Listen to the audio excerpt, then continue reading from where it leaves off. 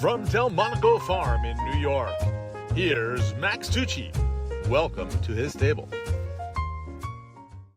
Hi, welcome back to another episode of Welcome to My Table with Max Tucci. I am your host, Max Tucci, and welcome back really to my table. We've had some fun episodes and we're not stopping now. We're like in the full swing of things. Suzanne's happy, Fran is happy, I'm happy, the barn is happy.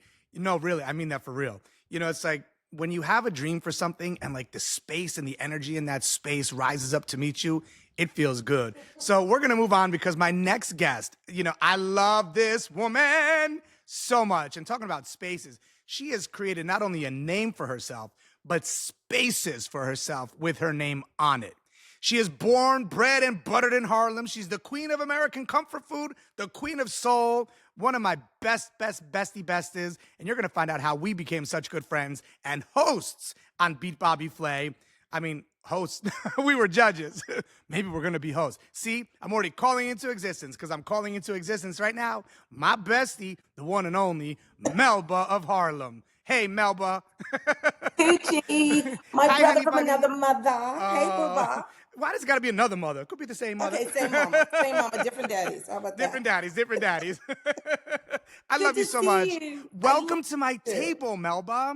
Oh, thank you for having me. I've been waiting, and I'm so honored to be asked to sit at the table with you. My show, Max and Friends, like 17 years in the making, we transitioned out of. I'm going to talk about it because that's, people are like, we're still in the new phase of Welcome to My Table with Max Tucci. But, my guests are really people that in the last couple of years of being the prodigal son and coming back to the restaurant and, being what my ancestors dreamt of, I wanted to bring people that I love, that I'm on the same frequency with, that someone that I could call on at like, you're like the 3 a.m. in the morning girl. Because you're up at 3 a.m. I am. 11 o'clock p.m. you're sleeping. 3 a.m. you're up and you're ready to go. You start your day. But I said I have to have Melba on.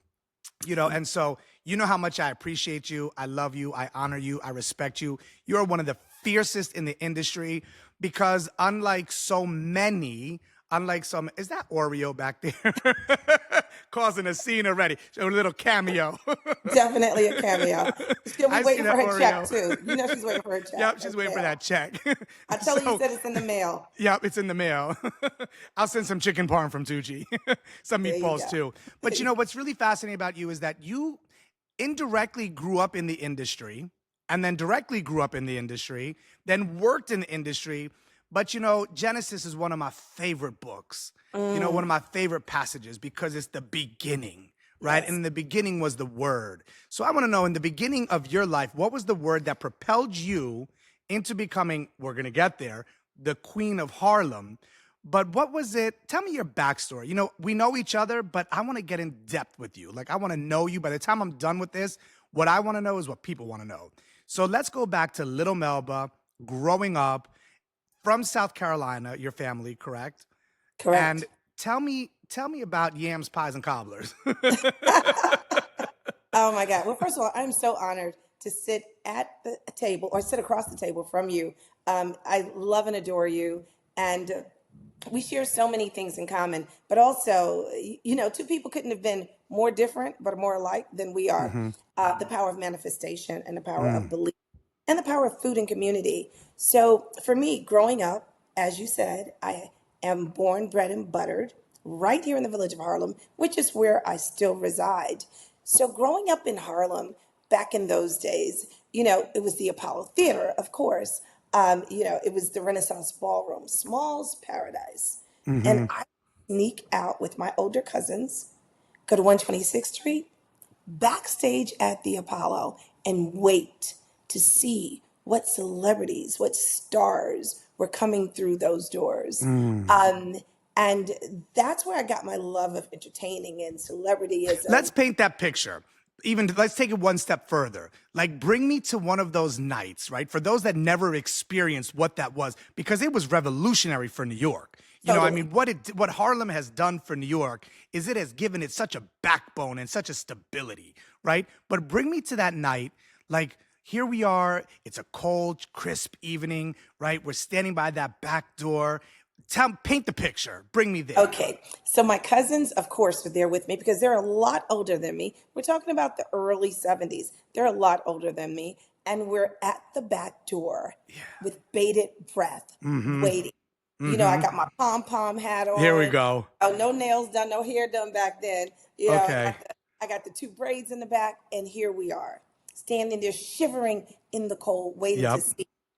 And then all of a sudden, out walks the Godfather of soul. Okay, I feel good. Da-da-da-da-da-da. And the only thing that you can do is hear girls screaming in the background, guys trying to touch the hem of his garment. Yes, Right. that garment. And then there's big-eyed, looking like a brown version of Popeye olive oil from Popeye, you know, but feeling the same excitement because I knew that those moments were special. Those moments were Harlem. Those moments where the music of birth of bebop took place, you know, where we would go down and hear Miles Davis, Charlie Parker, coming out of Minton's Playhouse. I love So that's it. the Harlem that I grew up in. But it was also the Harlem where food was at the epicenter of everything that was important that happened in our lives. Absolutely. So, as some of my other friends could afford to go to Disney, I couldn't. So my summers were filled with going down to South Carolina with my grandparents and, picking What were your great. grandparents' names? Because every Oh, time, my there's that grandpa. beautiful African proverb that says, every time you say my name, my spirit and my energy is alive, keeps it alive. So what are their names? True. I think you African. I don't think you African. I think you're African. So, I was born by the river. by the river. The East River. Yeah, that's a totally different river. Harlem adjacent. Yeah, that's one Yep, of the things that we 92nd and share. Park. I love that about you. Totally love that about you. But where were we? Their So you got names me of all your lost here. grandparents. Oh, so my grandparents, Amelia Davis and Leroy Davis, born in a very, very small town called Hemingway, South Carolina, where my grandfather had a general store and a gas station. My grandmother was the mother of 9 kids. And so she was a stay-at-home mother. And her job was to take care of the household, make sure the house was clean, the kids were fed, dinner was cooked, and everybody did their homework, etc. And it was a job. It truly was a job because there were 3 square meals for 9 kids, a husband, and herself, and also whatever neighbors came by. So cooking was the job of the queen. And my grandmother was definitely the queen. Food was bragging rights. It was sort of like winning an Oscar or an Emmy. When you showed up, your tater salad, and I did not leave the po off by mistake. Your tater salad better be good. It better have some paprika on top, some boiled eggs up in there, and some mustard to give it some color. And no raisins. I didn't say that, Tucci. You did, but definitely no raisins. And you had to, of course, have some sweet relish. Yep. So every dish, every meal, whether it was candied yams, that creamy mac and cheese where the cheese string goes up to heaven and comes back down, had to be right. And that was our way of showing love. Well, because every meal tells a story. Every dish tells a story, right? And also, not only does it tell a story, but it tells a story in that moment, right? Like, what is the weather? What is the temperature? What's available, right? And what is it that my heart desires to make you to nourish not only your stomach, but your soul, right? True. And so for me, when we could say yams, pies, and cobblers all day long, but really they all have a meaning. They do. And that's what I love about food from ancestors. Every dish, no matter if you're African American, whether you're Italian, Korean, no matter what you are, your ancestors all have dishes that tell stories, right? So what are some of the stories from your table growing up that you were thinking, you know what? I love food so much, and because you're a natural hostess, right? Like you have this divinity in you to host. So where is it that you learned that? Oh my God, definitely from my grandmother and my mother, for sure. My mother was a stay-at-home mom as well. So for us, there was always enough. Like, how people go, oh, don't give out, oh, no. Bring the Tupperware because there's always enough. There are certain things, Max, that we didn't have a lot of, but we always had enough food because food was our love. It was our way of nurturing people to show how much we cared. So, my grandmother used to say, girl, you go up north, they're going to offer you something to drink, but they would never offer you no food. And down south, it's just the opposite. Yeah. Everyone is allowed to sit at the table and to partake.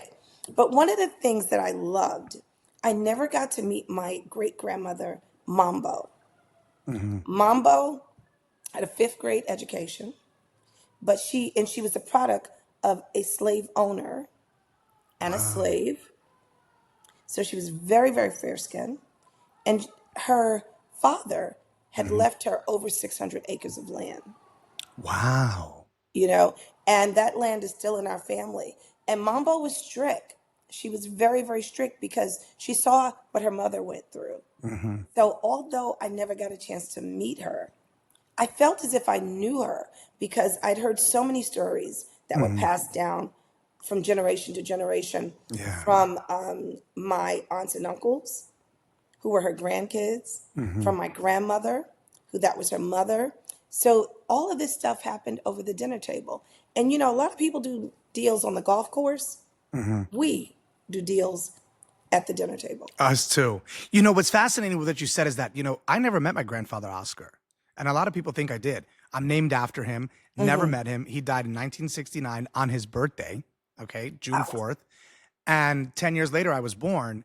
But by writing The Delmonico Way and interviewing people about him, from Tony May and Sierra Macchione and Lelo Arpaia, I felt like I knew my grandfather more than ever writing this book.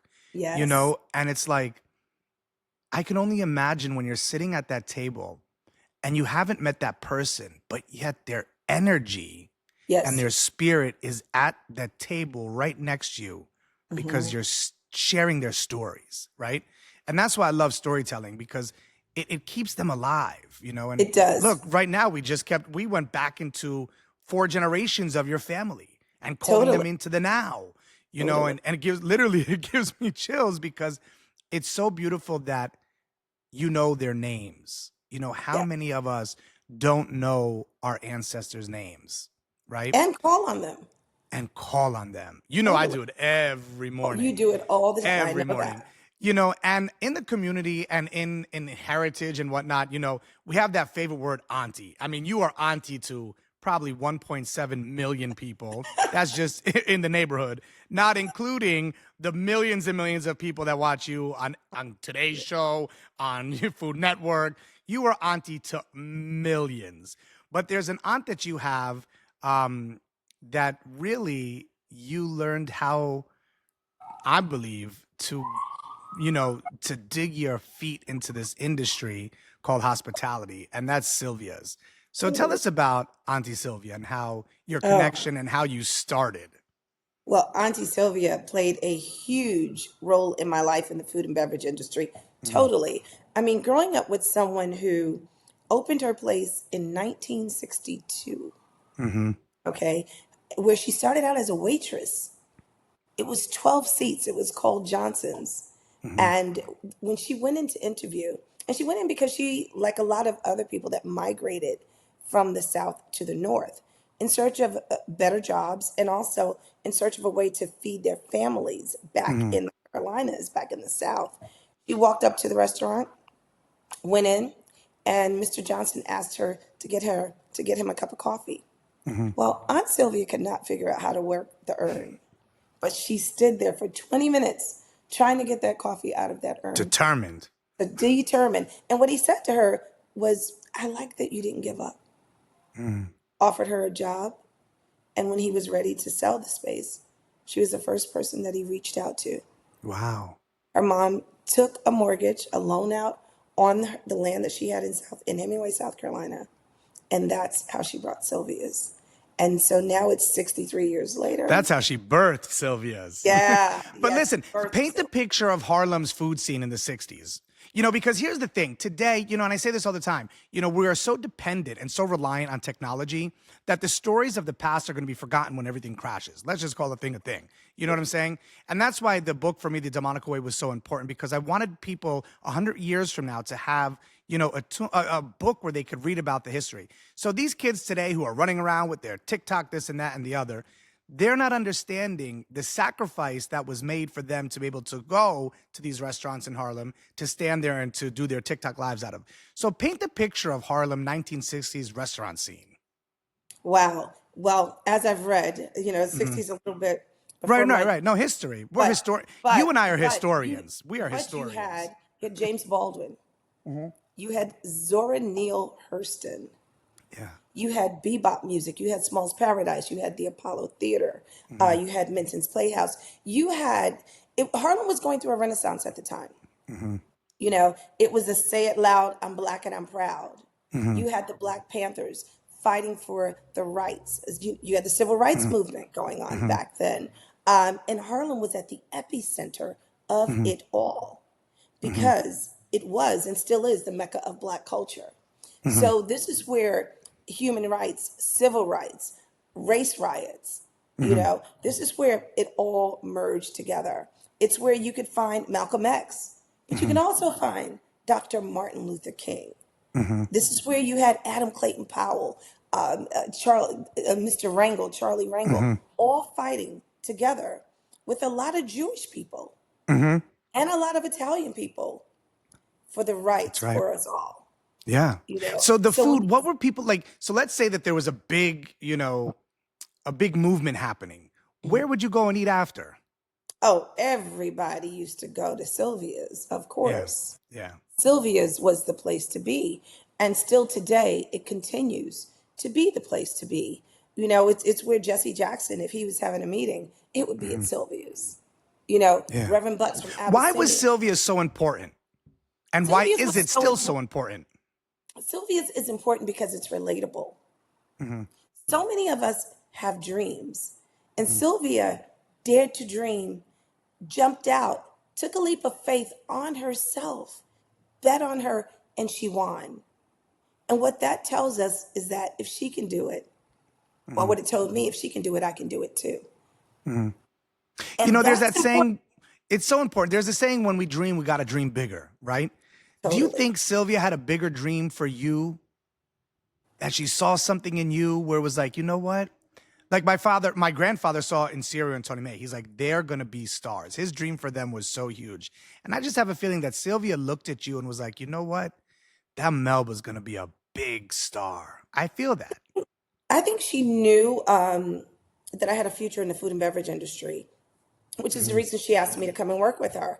And then also, there was no job too big or too small that I would say that I wouldn't do. If it was bussing tables, if it was cooking in the kitchen, if it was waitressing, if it was hostessing, if it was, one day I went up to her and I said, Tanti, we need to have an office. And she goes, okay. She owned the whole block except for the church on the corner. She said, take one of the apartments upstairs and start one. And so I did. And that was our first office. Wow. Sales were slow on Sundays at one point. And I said, why don't we start a gospel brunch? And she goes, I don't want to pay for that. And I said, well, what if I show you? Oh, my aunt was very, very smart. I said, what if I show you that it would work? She said, I'll give you a month. I got a choir and gospel singers to come in, sing for a meal, and then promise them if we were able to generate income and generate people coming through the doors, that they would have a job. And that's exactly what happened. Here you had the first gospel brunch. So much so to Michael LaMonaco then called me years later and asked me to do it at Windows on the World. Yeah. I mean, and then let's also not forget there was Rosa Mexicano. You have done the work, girl. Oh my God. Josefina Howard, one of my sheroes. I met Mrs. Howard. I was at Drew Neaparent's birthday party at Tribeca Grill. And Drew introduced me to Mrs. Howard. We totally hit it off. And she said, why don't you come and work for me? And I said, oh, because I'm opening my own restaurant with Drew and Bob. And she goes, is it open yet? And I said, no. She said, well, until it is, I'm telling you to come and work for me. I said, yes, ma'am. And next thing I knew, I was right there at Rosa Mexicano and worked at Rosa Mexicano until 1999. Until Loved every minute of it 1999. until Yeah. What were you 1999. responsible for there? You had a lot of responsibilities. You had A a lot of lot of responsibilities. responsibilities. Tell us I about started them. out being a hostess, went to being a maitre d', and then went on to manage the space. And So how did you stay so humble? you never forget where you came from. I'm Yeah. always hungry, Max. I'm Yeah. always hungry. And Yeah. the same people you meet on the way up are the people that you meet on the way down. You know my You know? version of that. The asses you kiss on the way up, or the asses you kick on the way up, are the ones you kiss on the way down. Oh yeah, you've said that quite a few times. But yeah, and there but for the grace of God go I. And Yeah. I've been there. You know, No, I you've done the started out. work. And so, when did you have that clear vision of, you know what? Now is my time. Well, I wish I could take the credit for it, Mm-hmm. but I can't. I was approached by Drew Nearparent after Oh, meeting wow. him at Gracie Mansion, where I Mm-hmm. was representing my Aunt Sylvia's. They were doing a big event. I think it could have been either for Robert De Niro or Al Pacino, someone. Mm-hmm. And every top restaurant in the city were invited to bring a dish. So my Wow. aunt said, Melba, I want you to go represent me, and we're going to donate fried chicken and collard greens. So, Tucci, I'm there. I'm the only brown girl in the room. I'm 20 something years old. I'm the youngest person in the room. And there's this guy sitting across me who reminded me of Pavarotti. And I kept going, why is Pavarotti here for this restaurant event?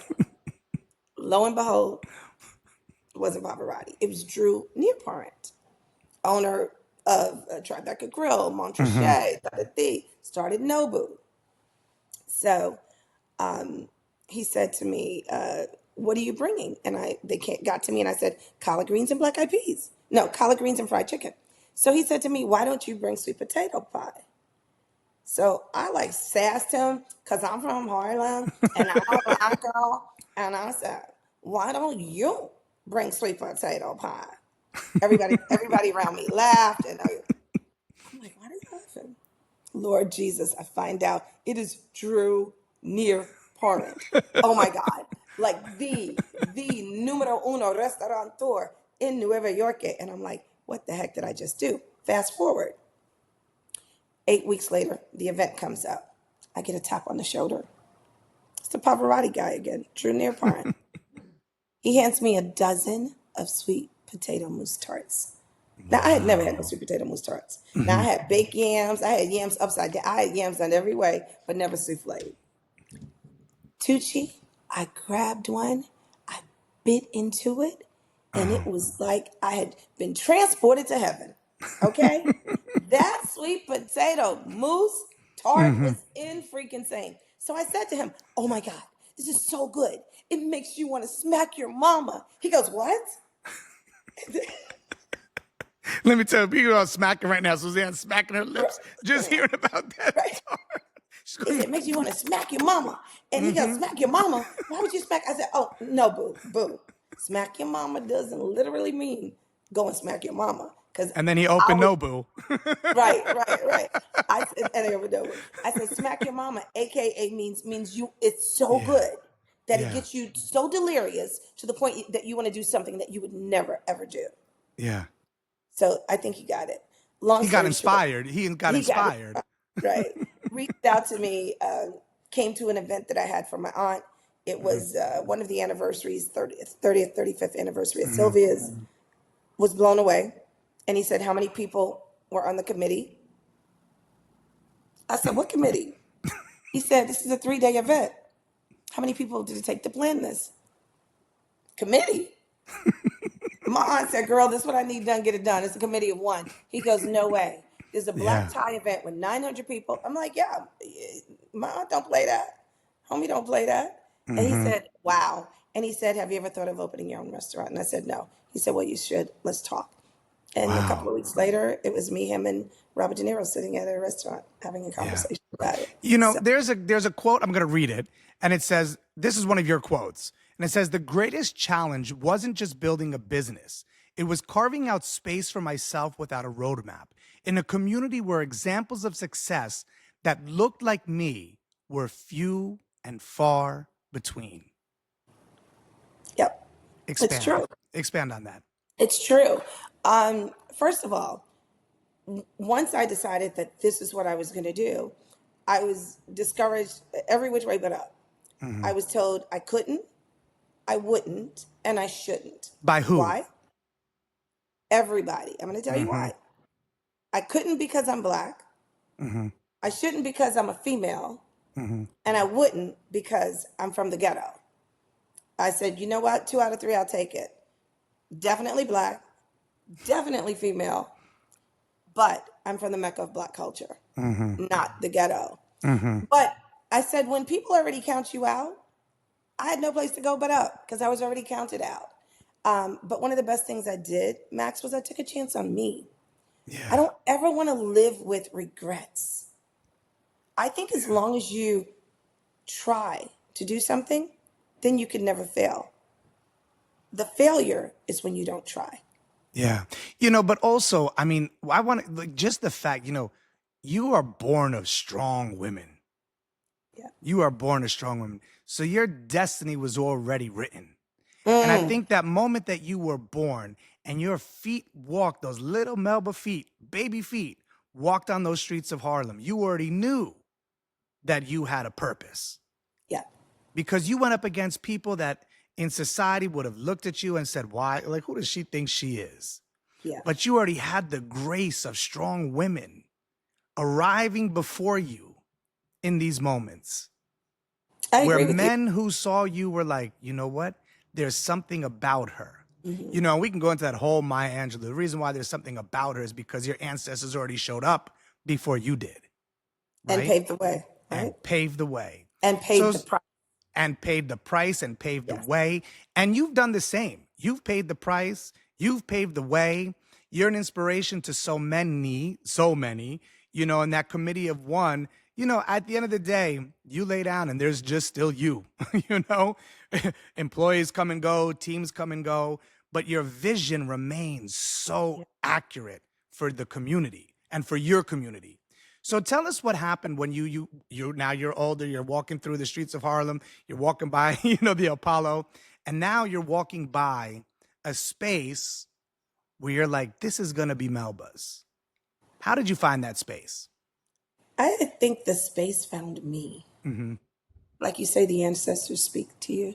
Yeah. I think the space found me. Wow, that's so. This is such a great story. I was on a flight, and the flight attendant said, "In case of an emergency, put on your mask first." Hmm. And Max, it's something that I'd heard so many times before, but on this particular day, it resonated with me.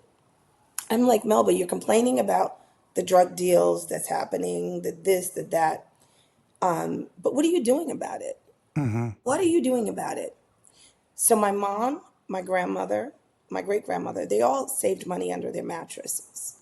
And so every Friday when I got paid, I'd put a little something under the mattress. Sometimes it was $5, sometimes it was $10, sometimes it was $1. But I would just put a little something under the mattress for the as a rainy day fund. And on this day when the flight attendant said that to me, my son was about 4 at the time, my baby. I was married unhappily. And I said, what am I doing to change my community? Well, I started counting. I said, let me see how much money I have saved. It took me over 2 weeks to count. I'd amassed a small fortune, $312,000, Wow. which was like hitting the lottery. I Yeah. was shocked, had no clue. The And that's same, money you made from your that's hard money I work. made and That's saved. the difference. That's the And difference. saved, right, Yeah. right. So the last day that I counted the last bit of the money, I walked by 114th Street Hmm. in Frederick Douglass, aka 8th Avenue. To the left, there was a storefront, and the sign said, "For rent, call." The same block, there is a school, Wadley School, in the middle of Hmm. the block. 114th Street in Frederick Douglass used to be one of the most notorious drug blocks in Harlem. But just picture this. Before kids got to go to the middle of the block to attend school, they had to witness people using drugs, selling drugs, dealing drugs, cracked out, shooting up in the arm, and then they had to go to school and learn. That would always break my heart. Yeah. And I said, Melba, you're complaining about it, but what are you doing about it? Wrote that number down, called Limley and Wolf, who were the landlords at the time, spoke to Robert Reach, and he said to me, well, do you have experience? I said, yeah, I've worked in her. Anyway, he goes, but we have a lease out. And I said, Mr. Reach, with all due respect, has the lease been signed? And he said, no, but the gentleman is looking at it. I said, well, my grandmother always said, a deal is not a deal until the I's are what? Dotted. Mm-hmm. And the And the T's are what? T's are Crossed. crossed. You already know. See, we got the same grandma. You already know that. And so he said, I like you. And he said, can you come in tomorrow? I said, Mr. Reach, I'm totally booked for tomorrow. I said, but I can come in today. Mm-hmm. Mm-hmm. Hopped on that train, went up to the Upper Bronx, 170-something Street, and that's how Melba's was born.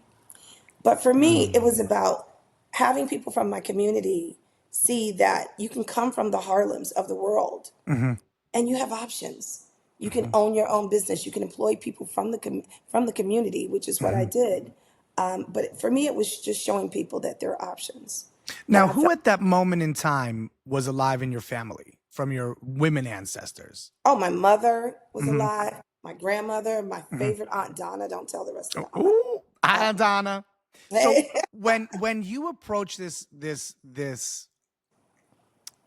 destiny, let's call it, right? And you told them I signed a lease, what was their reaction? It's interesting. My mother was a little skeptical. My mom loved her to death, but my mother was always the kind of person, go get a government job, which I did. Go work for the post office, which I did. And for my mom, it was all about security. So she was very frightened for me. She really, really was. And she really doubted that it would work. She did. But I also understand where that came from. Patterns and That came, pathologies. And you're exactly. disrupting them.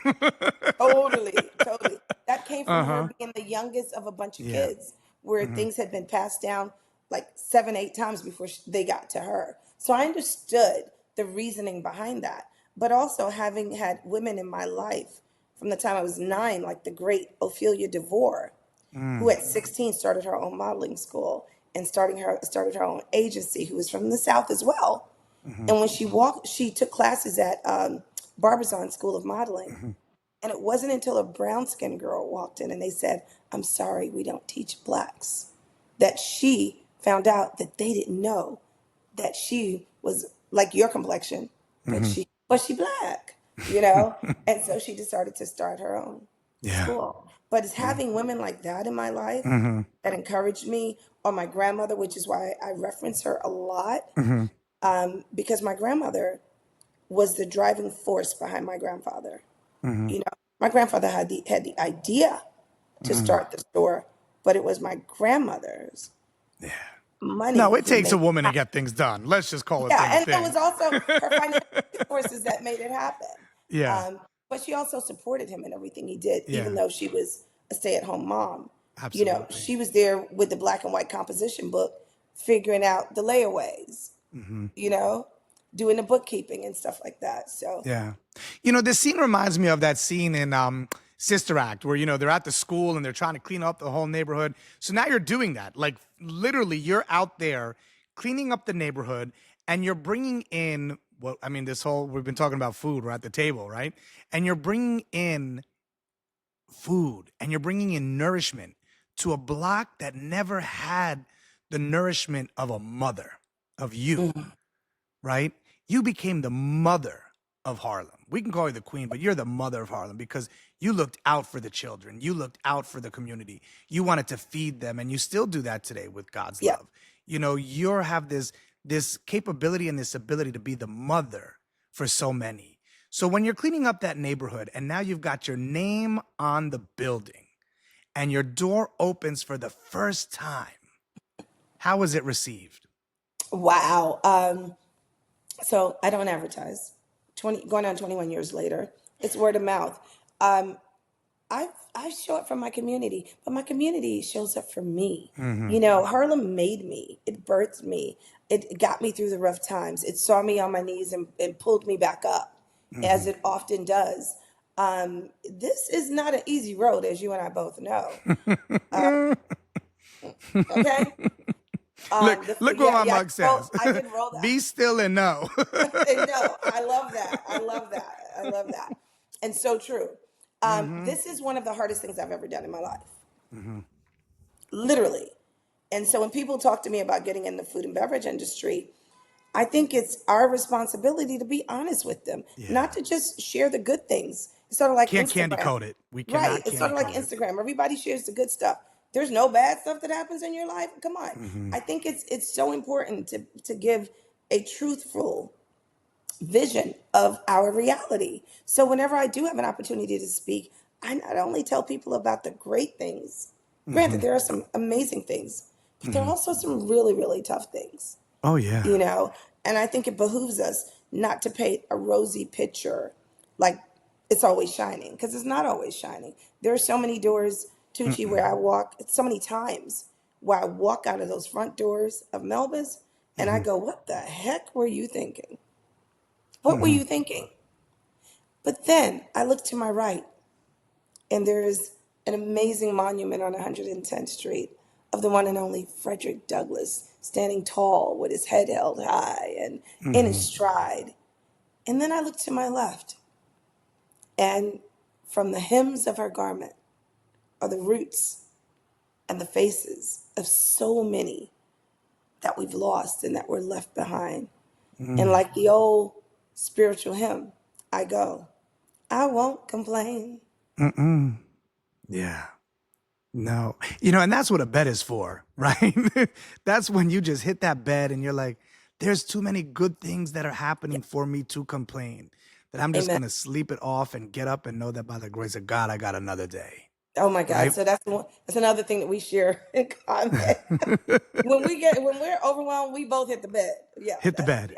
Yeah. No, And just because take it's a the nap. rest. It's the rest that we need, and it goes back to that be still and know. When we're in that moment of the decompression of a day that's been exhausting, and also people think like, when you're meeting, you meet thousands, we meet a lot As of people you a day, Right. and that is absorbing energy, Energy. I knew you were going to say that. Yeah. and when we absorb that energy, there's nothing like a good shower and a good, nice bed, clean bed, and just shake it off. They say that really before bedtime, you should just shower yourself to rinse all of it off, Yeah. to rinse those challenges off.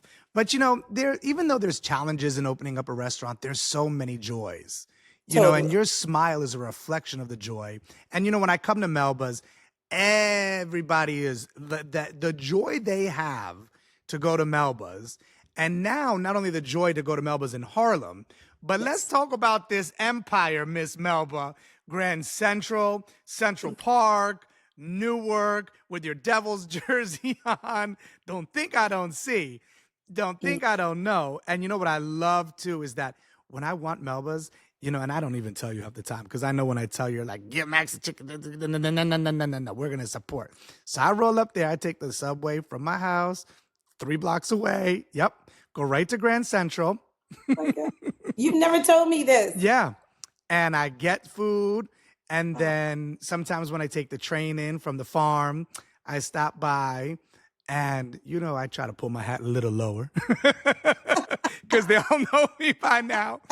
And let me tell you, when you put that fried chicken sandwich on the menu at Grand Central, that grab and go. Yeah. I had that last night. Last night. I love want to it. have that right now. So how does it feel, you saying your great grandmother was the byproduct of a slave Totally. to now you owning a restaurant empire. We're literally like Cheers. Everybody knows your name. What does that do to your soul? And what do you tell your great grandmother in that moment? Wow. What I say is, thank you never seems like it's enough. So that's the fuel that feeds the fire in me, is because I know that there's so many people, Max, that laid down their lives so that we can vote. I mean, just think in the 70s, women couldn't have credit cards. I think it was 74 or 72 that we could first go to a bank and have our name on a credit card, you know? And that's not that long ago. Not that long ago at all. And so when you think about the price that was paid, that we will never know the enormity of it all, I can't give up. I won't give up. I can't stop, and I won't stop. But I'm proud. I'm proud to know that I come from a people that are rooted in faith and resiliency. And so when I look at the world and I look at the different ups and downs, the hurdles and the hurdles, and I say, you know what? This too shall pass. You know, and we have to believe that. We can't just say it. We have to believe it. You know, my grandmother, I have a lot of isms because my grandmother was my girl. And she used to always say, Melby. I don't know why she called me Melby, but I never questioned it. That's why I got my teeth still. She used to go, Melby, faith and worry cannot live in the same house. And so, do I get concerned? Of course. But there's a part of me in the back of my mind, in the soul of my heart, that knows it's going to all work out. Because guess what? It always does. Joy cometh. When? In the morning. Yeah. And I want to take that even one step further, because I think in your life, because you had women praying for you, and you still do, Yes. it's not about it will happen, it's already done. Where the church fan at? Where the church fan at? Yeah. And it's not about joy cometh in the morning. It's about joy is right now. Right? In whose time? In God's time. Yeah. And the now moment for you is so beautiful. Look, you know, what I love about you too is that I knew you were going to whoop his ass, because if Bobby Flay beats you in frying chicken, then there's a problem. Because no white boy should ever beat Melba in frying chicken. Come on now. Come on now. Look, present yourself. Present And yourself. if you don't know, now you know. So, you know, that, I mean, I just love that moment for you, because Thank it didn't you. define you in any way. And what it did was it just showed, like, no. Like, you better lay low. And that was throwdown. So like That with was Beat Bobby throwdown. Flay, you know you're going up against him. Right. Throwdown, they psyched me out like they did. And they said, I just had to do a demo of my chicken and waffles. Right. So we did one at the restaurant, and then they said, choose the second place. I chose the Lennox Lounge, of course. And I'm doing my demo, just about to start. And in comes Ginger, the redhead, the blonde, whatever color Bobby's hair was at that time. And I said, oh my God, how nice. Chef Bobby Flay, Iron Chef Bobby Flay came in to watch me do my dish, demo my dish. And I was so honored. And then they bring out a table, and everything starts coming out of nowhere. And he goes, are you ready for a throwdown? I'm like, a what? Breaker 19. Did anybody get the memo? A throwdown with Iron Chef Bobby Flay totally changed my life. Yeah. But you know what my grandmother used to say, baby, always be ready so you don't have to get ready. Stay ready so you don't have to get ready. I shall not be moved. Come on now. And and I was nervous, and I had a little powder on my forehead from the flour, you know. And I was like, what the heck's going on? Because you don't know. You don't know. And it's a blind taste test. So people, Right. you don't know. And nobody knows who has won, because they judged it right there in front of you. Yeah. It's dish A and dish B. B. Yep. And next thing you know, breaker 19. Breaker 19 broke. Because everybody that was on such it. a proud moment for me. Yeah, of course. Because for so long, we were told that our food was garbage food, and it wasn't good, and it didn't deserve equal footing. And so for me, that was a moment of knowing what I do is enough. But it was also a moment of being seen, being heard, and being felt. Yeah. And it's not just a moment for me. It's a moment for we. Everyone that have dreams. Everyone that was told that they couldn't, they shouldn't, and they wouldn't. This was not just for me. This was for all of us that live in that same space.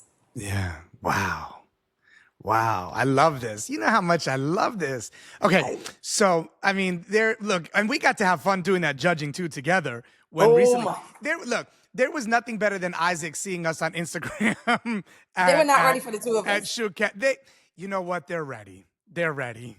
I'm not even Isaac wasn't ready that day. He wasn't ready. He wasn't ready that day. Rockstrom Studios wasn't ready that day. They were not. Brooklyn wasn't ready that day. Joking the whole day.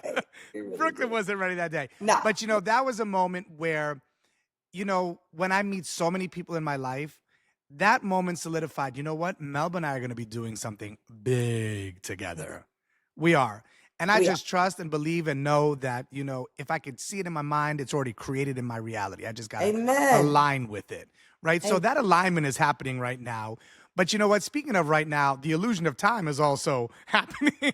No. So I know, but you know what time that is? We got a game. We got a game. We got a game. You have a game? Yep. It's called the 3 Fs. If you don't know, now you know. The 3 Fs, all right? I didn't know about this game. Yep, I know you don't know because that's how we roll. What do you want to forget in 2026? I want to forget 2025.